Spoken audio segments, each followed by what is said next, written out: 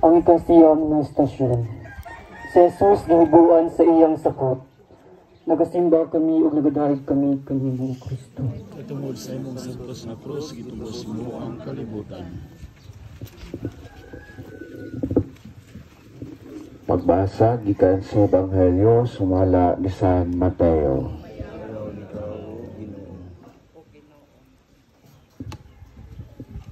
Sa pag-abot nila sa dapit na gitawag og Golgota o Kalbaryo, sa ato pa ang Calavera, gihatagan sa bino nga sinagulag apdo kagikalawan ni Jesus apan wala imna. Dayon gilansang siya sa krus o gibahin-bahin ang iyang sinina.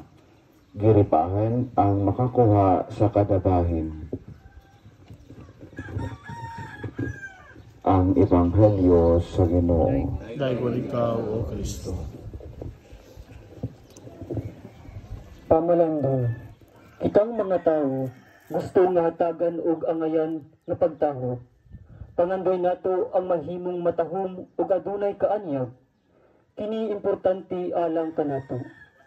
Apan dili alang kang Jesus. Sud-o nga siya. Madugoon, samaran ug huyang. Apan siya malipayon tungod kay kini sangputanan sa iyang dakong gugma kanato. Gihalad niya ang iyang kinabuhi alang kanatong tanan.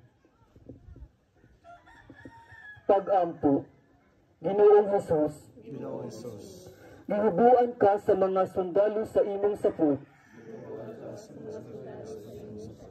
Apan ang imong katawhan nga mga Hudeo, mas nihubo kanimo sa imong dungog og dignidad. Gibugal-bugalan o gi-insulto kanila.